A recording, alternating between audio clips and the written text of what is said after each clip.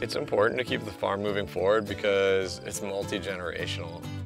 It's very different from a lot of other businesses because it's tied to the land, and usually it's been in the family for so long, and you want to always pass it on in a better place than what you got it as. My name's Alex. We farm in Ely, Manitoba, and we farm a fairly wide variety of crops. Canola, peas, soybeans, wheat, oats to hemp, mustard, flax, etc. I came to Canada in 1988, so this spring we put in our 34th crop, and I farmed together with my wife, my son Alex, and my son-in-law Marcus. I studied in southern France in Toulouse for 6 years. I did both my bachelor's and my master's there. I chose it because we always had students from overseas that came and worked on our farm, and I thought their experience was super interesting. This year on the farm we have 3 students. 2 are from France and then 1 is from Germany. We definitely learn a lot from the students, and in exchange they learn English and get to see what we're doing here. So it works out pretty well, and it's just a fun family experience too because they live with us and spend the day-to-day life with us.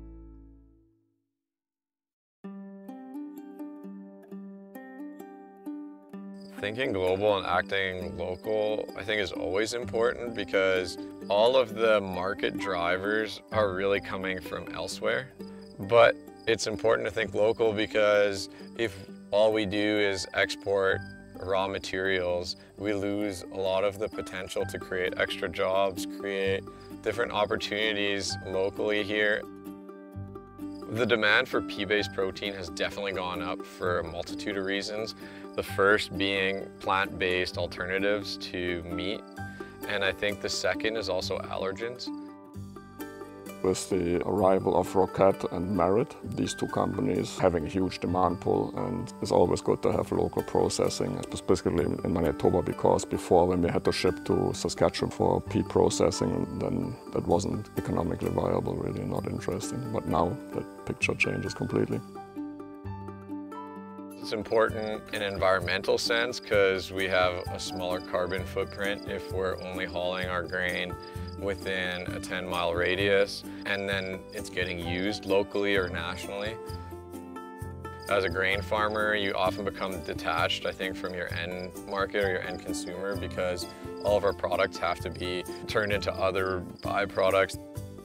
From a farm profitability standpoint, it makes sense, but it also gives us more diversity in our rotation, which is always a good thing from a soil health perspective. I want people to think about farming as a solution for climate change instead of always focusing on technology. We have a lot of natural systems that can reverse what we've done to a large extent, and the soil is the biggest carbon sponge in existence.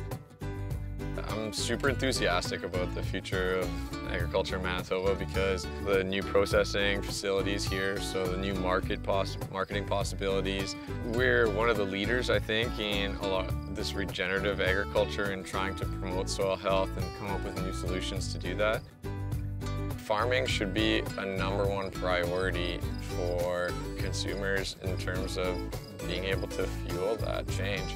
If they change their habits or look at farmers differently, then I think we can do a lot more good.